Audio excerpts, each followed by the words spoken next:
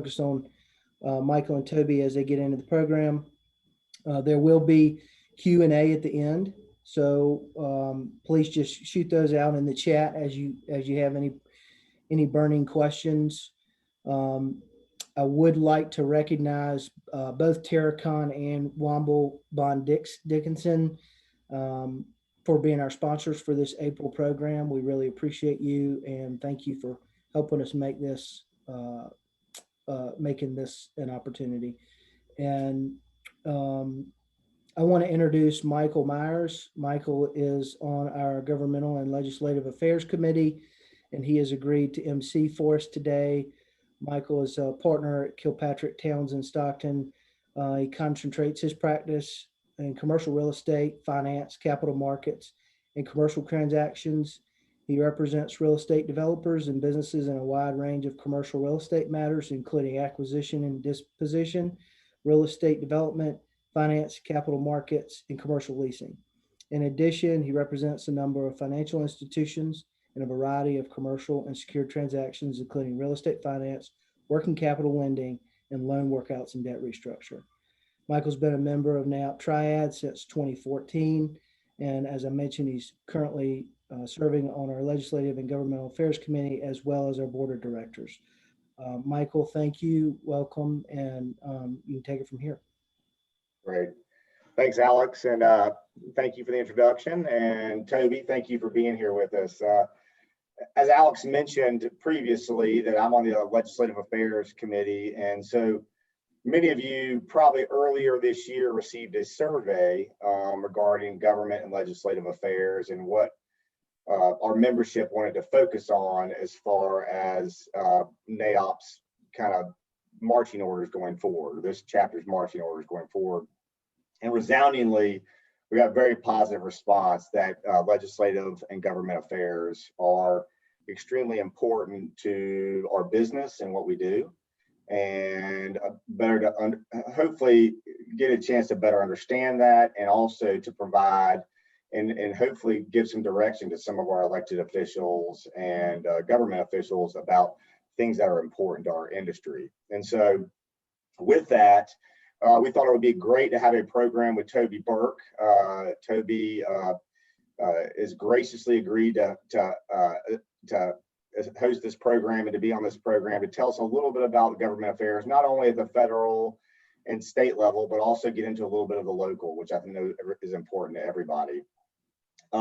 First of all, I know Alex mentioned about questions. If people do have questions, feel free to go ahead and send them into the chat whenever.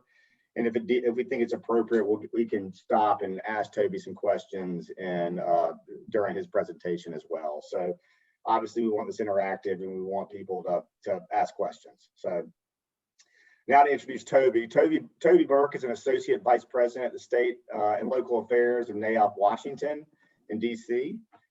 In his capacity, Toby serves as a resource for chapters in developing and executing legislative strategies on policies, initiatives within the states. He also serves as a liaison between the corporate chapters on all NAIOP federal priorities. Prior to joining NAIOP, Toby served as a special assistant to the president in the White House Office of Intergovernmental Affairs, where he served as President Bush's liaison with mayors, local officials, state attorney generals, and the U.S. territories. In his capacity, Mr. Burke educated public officials, their offices, and national organizations on the president's initiatives and priorities. Toby has also served for 3 governors in their Washington, D.C. offices on Capitol Hill, and in the Virginia Assembly, and for a number of interest groups. He is a native of the Commonwealth of Virginia and is a graduate of the University of Richmond and the Pettit College of Law at the Ohio Northern University. So without further ado, I'm going to turn this over to Toby and look forward to hearing from you, Toby. Okay. Well, thank you, Michael, and thank you for that introduction. I should mention that my very first job out of law school was working on Capitol Hill for Senator Jesse Helms as a legislative fellow before heading down to South Carolina to work on a congressional campaign. But so that was my introduction into government politics, and have continued ever since on the lawmaking side versus the implementation of the law. So what I'd like to do is really going to cover a cross section of what's going on here in DC at the federal, state, and local level. And would like to first start at the federal level. I'm going to kind of recap where we are today in Washington. And by no means is this supposed to be a partisan discussion. When I was, at the White House and working for elected officials, speak with Democrats and Republicans on any of the issues. From my opinion, for the most part, everyone wants to help. They have different approaches towards achieving those goals and assistance. So this is not meant to be a partisan, but sometimes, particularly here in Washington, it's hard to take the politics out of what is going on here. So with that, I'd like to say it is a new day in Washington after the election. There's a new administration, and with the 50-50 tie in the Senate and the vice president holding the tiebreaker, it's now controlled by the Senate. But that doesn't eliminate the filibuster. However, there is a way around the filibuster, which they did use on the American Rescue Plan. And basically, when you go through budget reconciliation, you no longer need the 60-vote majority to close the debate and head towards a vote.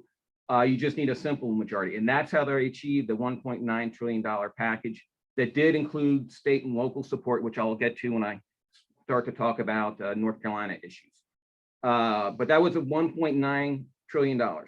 Currently, they're talking about the American Jobs Plan, which Biden administration released last week. That is intended to be an infrastructure plan, but it is a very loose or expansive definition of what infrastructure is. Again, it is a $2.4 trillion plan. If you include that with the 1.9, that's $4.3 trillion that the federal government will be spending within the first 6 months if they do achieve the jobs plan and it's passed the budget reconciliation. And I would say, this is deficit spending. Under President Trump, he added to the deficit $7.8 trillion. And again, in the first 6 months of this administration, they're going to spend $4.3 trillion in deficit spending, which means they're going to have to look at taxes to make up for that. I will say, along with the jobs plan, it does include an increase in the corporate tax rate from 21 to 28%. As everyone may know, in the Tax Reform Act in 2017, when it was controlled by Republicans, they reduced the corporate tax rate from 35 to 21, and now the Biden administration and what's currently being debated is to increase it to 28%.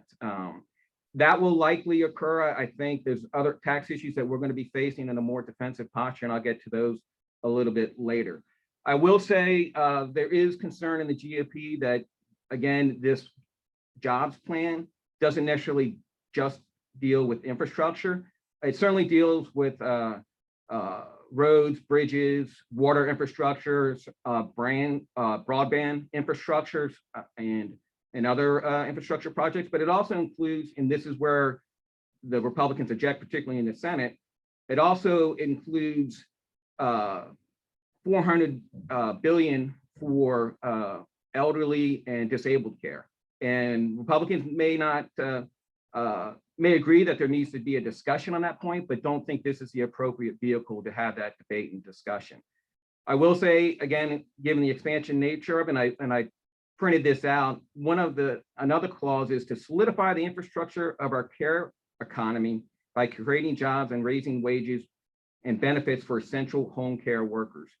Certainly, we know the importance of home care. Again, the Republicans, consider that a non-infrastructure issue that is more suited for debate in another area. And they also object to the corporate tax rate increase. They feel that it should be dealt through the gas tax or another funding vehicle, not through an increase in the corporate tax rate. So those issues will be debated. The administration has indicated that they will pursue budget reconciliation if they cannot get Republicans on board. And so we'll have to wait for that process to play out a little further. Also, the plan does include, the Biden administration's proposal does include retrofitting more than 2 million homes and commercial buildings to make them more efficient, energy efficient. Biden had campaigned on this. He also campaigned on rejoining the Paris Climate Agreement. Tomorrow, he will be hosting a climate summit with 40 world leaders across the globe, and he has indicated that he's going to pledge to cut greenhouse gases in half by 2030. That's certainly an objective, and it'll be very difficult to meet. It's more symbolic. It's not really a guarantee, but it is a pledge, and that will certainly mean looking at fossil fuels, combustible engines, more solar, more wind. Again, the retrofitting of commercial buildings. That will all be on the table.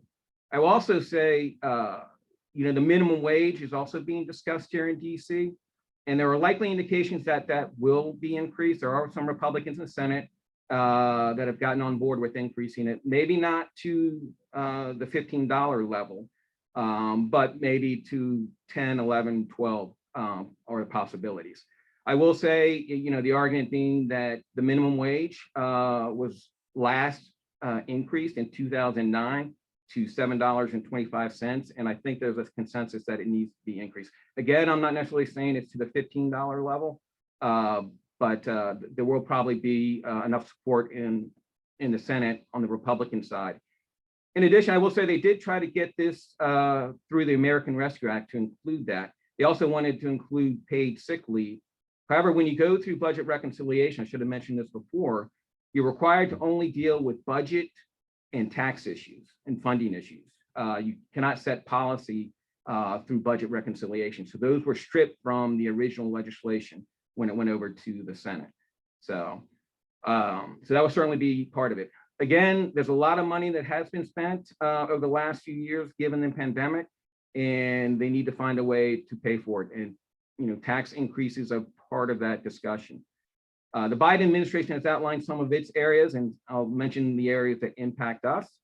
The elimination of like-kind exchanges, that's Section 1031, like-kind exchanges. Eliminating capital gains treatment for carried interest and having it treated as ordinary income. Increasing the top capital gains rate to ordinary income for higher income taxpayers. Repeal the 20% deduction for qualified income of pass-through entities. That means partnerships, LLCs, sole proprietorships. That will eliminate the 20% deduction. Those are certainly all on the table right now and all part of the discussions. And I will say we will be executing a grassroots effort, and we'll be calling on our chapters to contact their delegations, particularly on the federal side. Given the rules of the House, it's a little bit more straightforward in process. But there are opportunities, I think, in the Senate, given the 50-50 split, to do this grassroots effort to impact some of these issues that our industry is facing. So we are working diligently here. Our federal team, Achilles Suarez, is constantly on calls, constantly strategizing on addressing these issues as the tax debate starts to increase over the course of this year. So that's sort of where we stand currently at the federal level. And I didn't know if anyone had any questions before I shifted over to issues. Derby, I don't see any questions yet. I'll let you know. Okay. Well, I am a state and local person, so I look forward to this part of the discussion. And I'm going to focus on 3 areas. The budget, some payroll protection programs, and permit reform within the state capitol that is currently being debated. As everyone may know, the last week of March, the governor produced his budget, $27.5 billion for this year, $28.5 for next year. It's a 2-year budget. And I will say, looking back to the last session, this is a new session, there was disagreement between the legislature and the governor on a 2-year budget, and they basically only passed a 1-year budget and could not agree on the 2nd year. And really what the point was the expansion of Medicaid. The governor was committed to that. The legislature said no, and they were unable to achieve a budget for last year. When that occurs, basically the budget is frozen at the previous year's level. So it operated under 2019 levels. And also the budget situation and the finance of the state actually are very good. Last year they did passed legislation for the collection of sales tax on internet transactions. So that certainly helped. That was a new source of income that made up for the economic impact of the pandemic as the economy slowed. And hopefully as we grow, that will just increase as business restrictions are lifted. But so, starting this year, there was a 290 million surplus. And the state comptroller indicated that the state had $2.1 billion basically in discretionary spending. That was funds that's not earmarked for existing programs. And then you include the relief package, the American Rescue Plan, that provided $8.7 billion to the state. So heading into the budget discussions, there was a lot of available funds and unanticipated surplus that I think will make the budget debate a little easier. I think they will still have their sticking points, but I do think it'll make it a little easier. And current indications between the Republican leadership and the governor's office, they're in conversations. And when he released his budget, Speaker Moore commented positively on what was provided by the governor as an outline for his budget. I will say, I should mention as well, the $8.7 billion from the federal government does come with restrictions. It does come with strings attached. It can only be used for pandemic impacted budget issues. It cannot be used for tax cuts, for tax rebates, for tax deductions. So that it can't be used to fill back holes in pension funds. It has to go to pandemic related issues. So there was a little bit of strings attached to that. There's a number of governors, primarily Republican, that are challenging in court those guidelines or strings that are attached to the funding, arguing states' rights. So that will be argued in the courts.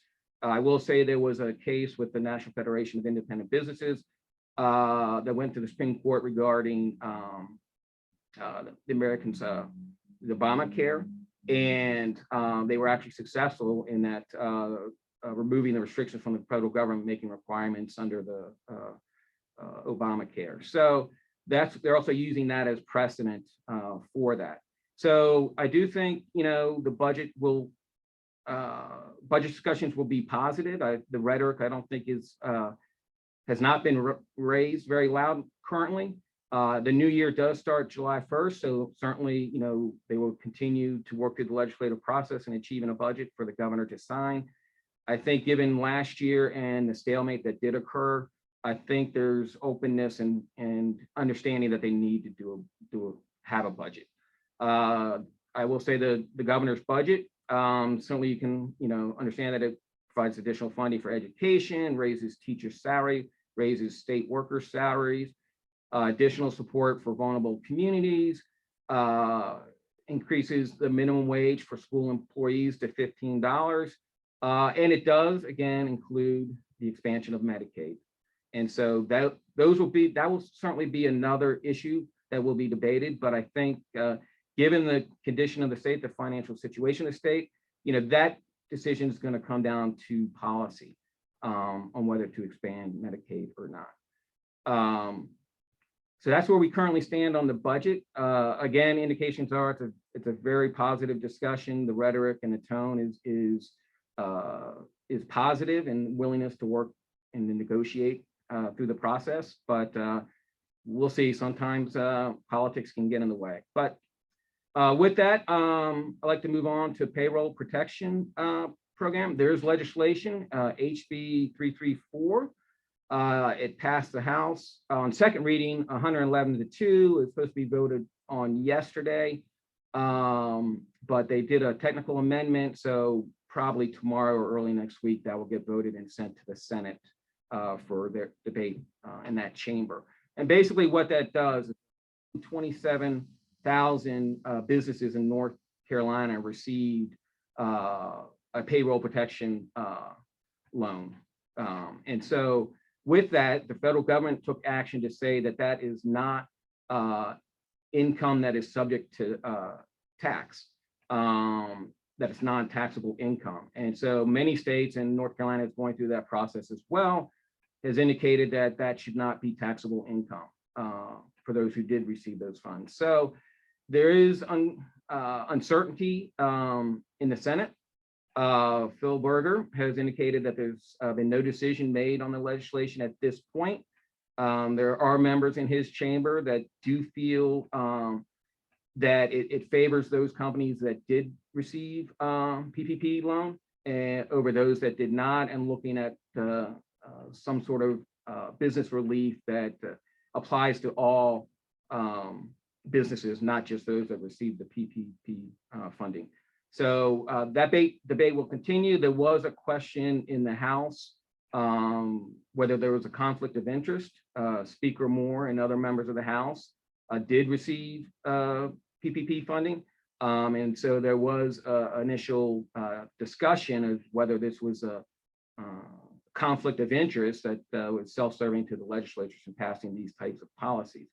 There's the attorney, an independent attorney for the General Assembly, determined that it was not because it applied to every business that received a PPP loan, not a select group or category that did receive. So that got around the conflict of interest question. The other thing that I would like to mention is permit reform. Haven't heard much about permit reform over the last few years, but I don't think that issue is going away, and it's going to a bigger and broader question, like proposed to the group as well. But there's HB 336 that is moving through the legislative process, and Section 3 deals with permit reform, and it basically says that all DEQ, the DEQ must allow express permitting to projects that are job creation and related to real estate development, not just stormwater runoff or water quality certification, that it should also apply or be allowed for projects that create jobs and redevelop real estate. So that's very positive directly towards our industry. I think this bill has been introduced a few times, but it doesn't necessarily mean it's going to move this session. I do feel at times it's a quieter session because access to legislature are a little limited. I think there will be a time that we will be going back to the state capitol because I think there's value in building those relationships and that interaction and those sideboard conversations.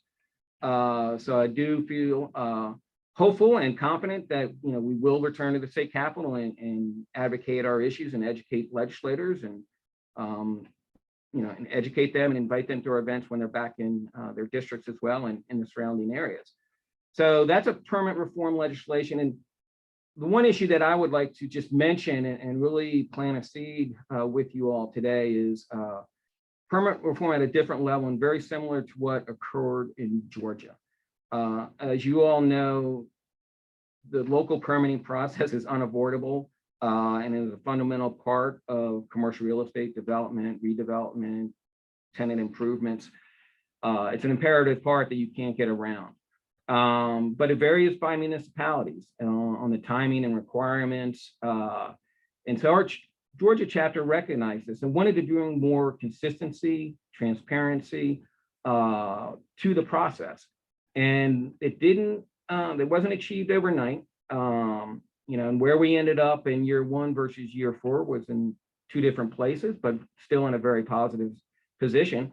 And basically the core elements of the legislation was it required all municipalities to post on their website what the fee schedule was, what the requirements were for application to be certified as complete.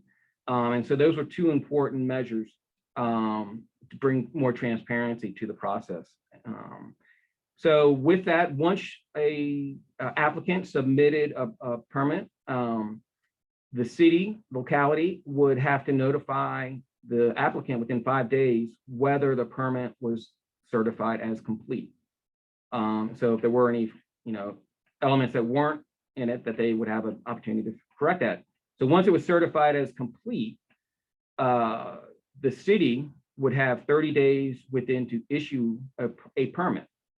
If they indicated that they would be unable to issue that permit within the 30-day timeframe, the applicant was allowed to go to a third party, certified third party for the approval process. That means architects, engineers, and through that process, also that third party would receive half the permit fee. So, it's working well in Georgia. It's working, we're working in other states to achieve similar legislation, permit reform in Florida, Texas, New Mexico. But I think it's a very good issue for us. I think it's a good issue for us to advocate, and I think we would have a receptive audience in the legislature. And I will say, even in Georgia, when we initially started this process, particularly after it passed out of the Senate, the Georgia Municipal League really geared up to oppose us, and they were successful that first year.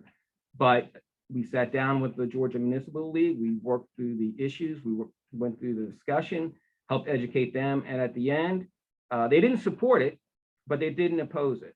And so I think that was a success, and I think we can achieve the same thing in North Carolina. So I would certainly like to raise that as a priority for us in North Carolina. And we can also, and I've discussed with Alex and Michael as well, maybe we could look at a pilot project in the city to prove its value, its effectiveness, and how you can achieve this in a positive way. And again, a lot of cities, well, you're just trying to take, it's not trying to take money from the city. It's just saying, if you don't, can't do it within 30 days, then half of it goes to the certified. So it incentivizes them not to have applications just sit on the table unnecessarily. So I think that's a very positive issue for us. I think, we can start at the state level. We can even talk to some localities about doing a pilot project to see if this would work in North Carolina. So I just would like to put that out there, and I think it's something that we should look at seriously in North Carolina. So with that, that's all I had at the moment at the state level. And now we're going to move to some local issues. Hey, Toby, this is Michael. A quick question for you. So you mentioned obviously Georgia, and we've talked a little bit about Georgia and their permit reform. And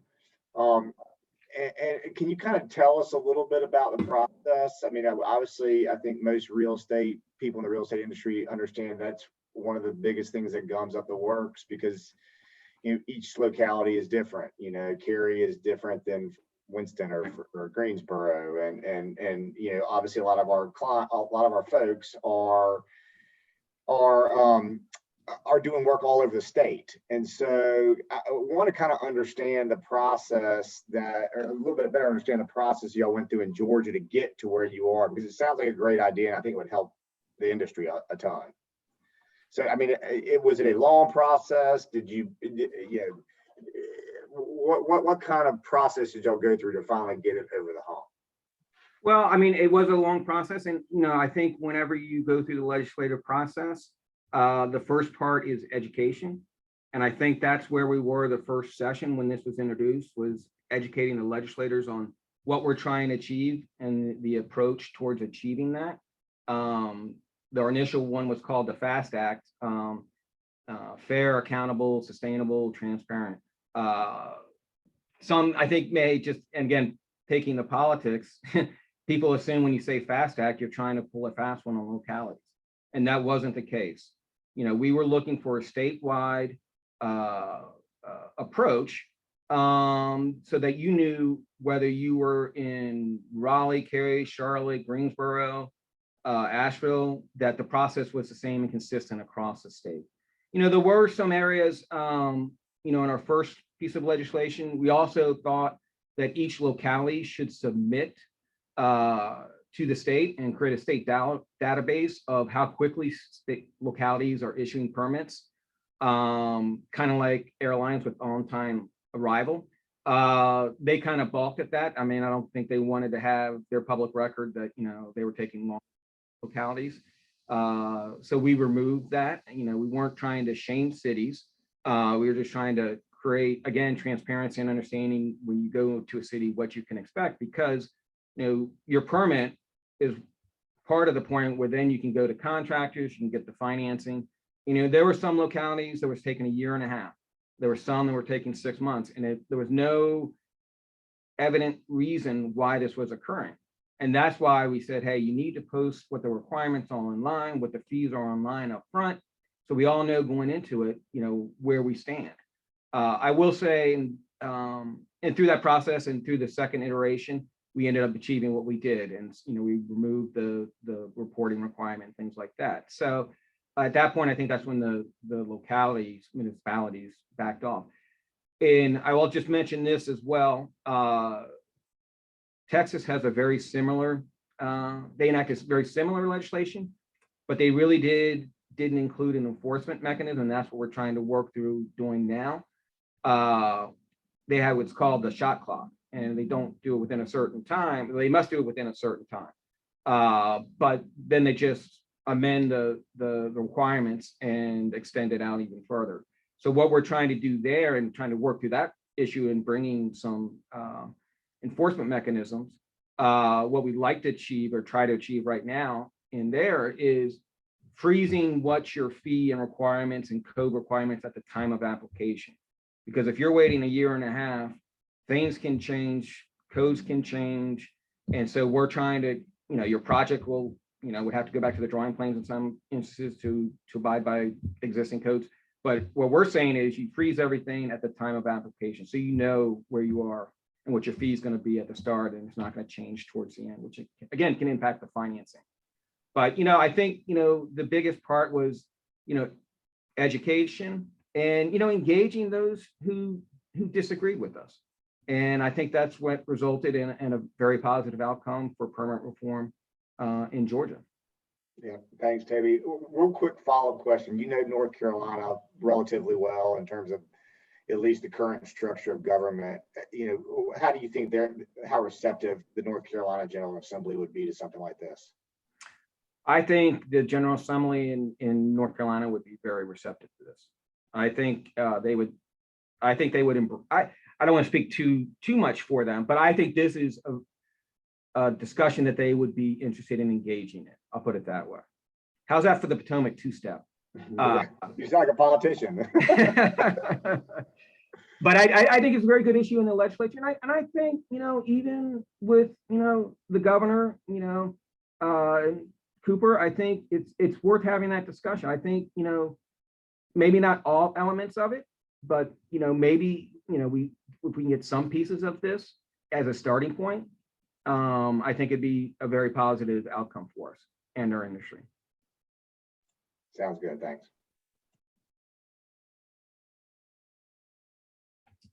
Anything else on the state? Okay, I'm gonna just talk more. You all know locally, I think certainly what's going on in the Piedmont Triad area. So first, I just want to start off, their financial situation is not as bad as predicted. Again, the collection of sales tax certainly helped fill the void in some of that issue and the lack of economic activity from restaurants, hotels, and other sources of revenue. A lot of localities and states were very concerned about shortfalls and maintaining balanced budgets. But I think, some states definitely was an uneven impact of the pandemic. Some states, some localities fared better than others, depending on their tax structure and how restricted their economy was based on the pandemic. Again, North Carolina did very well. Florida has a bit of a challenge because at this point, they're one of a few states that do not collect sales tax on internet transactions. So their budgetary situation was a little different, a little bit more challenging. But again, there's a lot of money that has come from DC, particularly through the American Rescue Plan. And I just wanted to give you an idea, and I can certainly send you links to what every county, what every city in North Carolina received as well. Again, the state government received $8.7 billion with a few strings attached. But, just looking total, the cities, and this is just the cities, not the counties, they received $1.3 billion. Winston-Salem received $55 million, Thomasville $7.8 million, Greensboro $56 million, High Point, 23.4 million. Burlington, 11.7 million. Clemens, 6 million. Davidson County, 32.5 million. Forsyth County, 74 million. Guilford County, 104 million. Randolph County, 27.8 million. Just to give you a rough idea that has some of this federal relief that these counties and cities have been given by the federal government. So I think in some situations, I think, and we had a conversation yesterday, and Michael mentioned, speaking with the county official and then being flush with cash, they can't spend it fast enough. And so part of my concern, is that they're going to expand government services and programs, utilizing this money, but not identifying, because this is a one-time infusion of cash. And when you expand these programs and services, it's very often hard to bring them back in, which means they're going to have to look at additional revenues to help fund the expansion of these programs on a long-term basis. And I will say, from my perspective, my concern is commercial real estate will be part of that discussion on a new revenue source, particularly in the form of property taxes, placing a greater emphasis on property taxes. It's one of those things that we certainly noticed this year, is that property taxes don't fluctuate like the economy. It's a little bit more reliable, and real estate doesn't move. And so my concern is after we go through these one-time infusion and the expansion of government services and programs, that they're going to be looking for additional sources to, continue those services on the long term, and that commercial real estate would be part of that debate. And it doesn't necessarily have to be, I focus on that property taxes, but impact fee increases, linkage fees increases. So that all, will impact the cost of living and doing business in the area, in the region. So I just want to, raise that as a concern. Yes, it's very positive for the localities at this moment, particularly given the additional federal relief. But I think it's something that we need to remind policymakers as they make some of these determinations of, is this on a short-term or a long-term basis? It's one of those arguments, and it's why a lot of localities rejected the COPS programs, the federal COPS program, because it only funded new officers for 2 years, and then it passed on the expense to the locality. And so, I sort of view this as, federal relief coming, from Washington on a short-term basis, but you got to look long-term past this. So I just raised as an issue locally for you all to be mindful of and be aware of. So I guess I had another quick question, a follow up on that. So you mentioned the money coming to the localities and the county and city governments. What is your take with respect? Are there strings attached to that money? And then what is NAIOP's take on, or they have a position in which they are approaching or telling their constituency to approach their counties and say, hey, we think this money should be used for these types of things, versus, I get your point, you start a new program, you got to fund it, but do you use it for infrastructure and stormwater or whatever else? Does NAIOP have a position on what they would like to see that money be used for in the localities? Well, I think each locality is different and the needs are different. So I don't think we have a national position on how the local relief should be used. It does come with less strings attached than the state money. So they have a little bit more flexibility to utilize that in different areas. But so I can't say there's a direct, like, we're telling our localities how to use it, because again, each issue is different. An infrastructure project could be different. The transit system could be different. The level of affordable housing can be different. So I don't think we have a direct national, standard or where we want to see this money used. I think it's more in looking, what does your region need, and how will this money help? Gotcha. Okay. Thanks. And that actually concludes my formal remarks. Okay, great. Well, everybody, if you've got questions, please please send them in.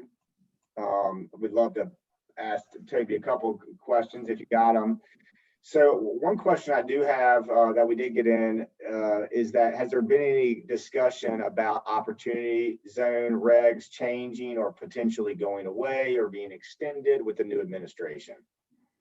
Yes, that's actually part of the Biden tax proposal, is to revisit opportunity zones and remove some of those tax benefits. I mean, they're looking for money, you know, and so everything is on the table for us right now. I wouldn't say anything's 100% safe at this moment.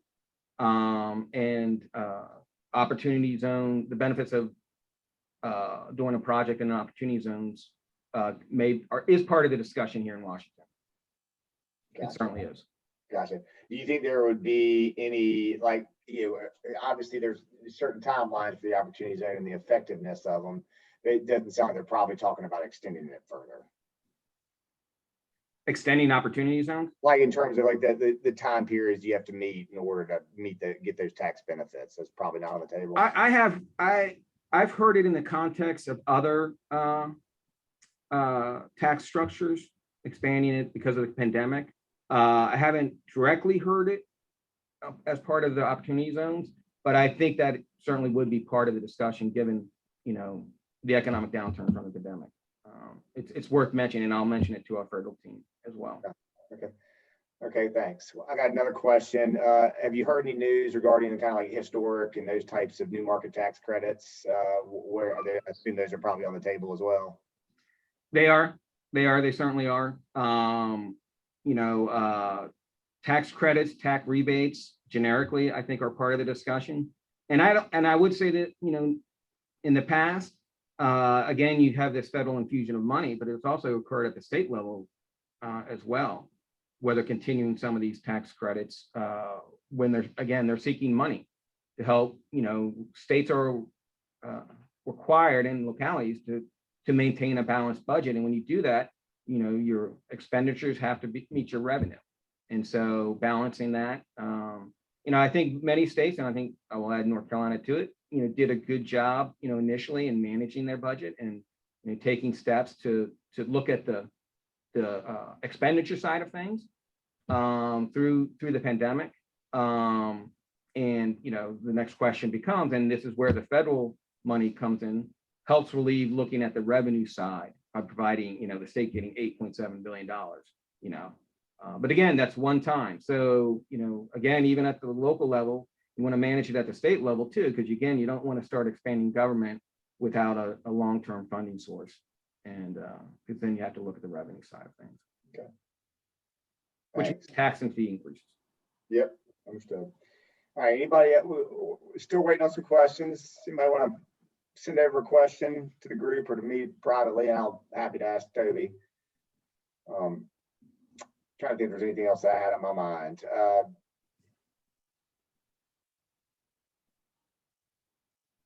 So I know we talked about the permit reform, and obviously it's something we probably have to discuss internally as a chapter, but obviously something our legislative and governmental affairs team has looked at a lot, especially considering the survey that was taken this year, or that was provided this year, and a lot of those issues, you know, permitting was top on the list, or one of the top things, and entitlements and how you know go through that process. So obviously we're going to definitely have to talk about that internally, but that's obviously something NAIOP would provide assistance. NAIOP National would provide assistance with in terms of how do we go through that process. Yeah, I mean, I would love to help support. I know we don't have a state lobbyist, but I will certainly love to help support and assist in managing a legislative strategy to achieve this in the state, and working with all three chapters to achieve that and speak with one voice on this issue. Gotcha. Okay. All right. We do have another question. It's kind of somewhat tied to it. It says, what challenges do you think North Carolina will face with permit regulation? I mean, that's obviously changing all the time. You hear stuff about new stormwater or new wetlands type regulation. I mean, what challenges do you see in North Carolina facing in that? Well, I would still consider North Carolina a fairly conservative state for the most part, even amongst Republicans and Democrats.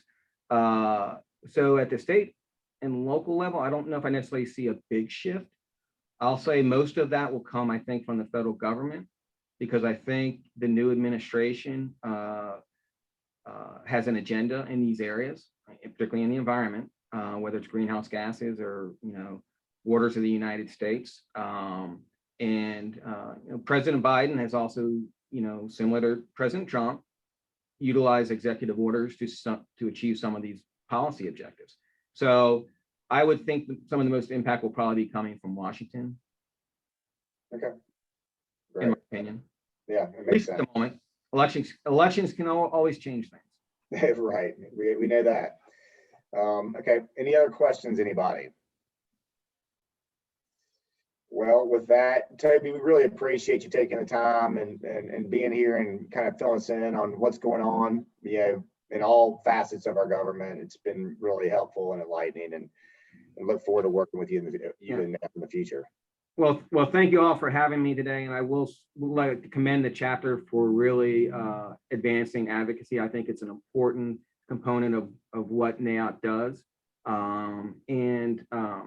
we do have a seat at the table, because I like to say, and these are politicians at every level of government. They talk about job creation and education and business expansion, and everyone on this call or Zoom meeting plays a role in that. Because our industry provides the infrastructure for those businesses to come to North Carolina to expand and remain in North Carolina. So thank you all for what you do as well. And it's an important role that our industry plays in your state and other states. Great, thanks, Toby. Well, I'm gonna go ahead and hand it back off to Alex and let him finish this up. Thanks, guys. Toby, thank you so much. Michael, great job there. Toby, we appreciate your current support and the future support. We know that we're going to do this. We're going to certainly work on these permitting efforts together, and we appreciate you being there to help us. I want to make just a couple notes. I want to thank Terracon and Womble Bond Dickinson again for their sponsorships of this April's program. And then I wanted to mention the NAIOP pop-up socials. We have one this afternoon at 5 p.m. at the coal pit at the Bailey Power Plant. This is just a get-together opportunity. It's when the weather's good. We're trying to do what we can to create opportunities. And then we have another one tomorrow in Greensboro at the Odin Brewery. There are details in the emails about that. And then we are doing networking again after this program. So if you'll just remain in the meeting, if you want to, you'll be thrown into a group.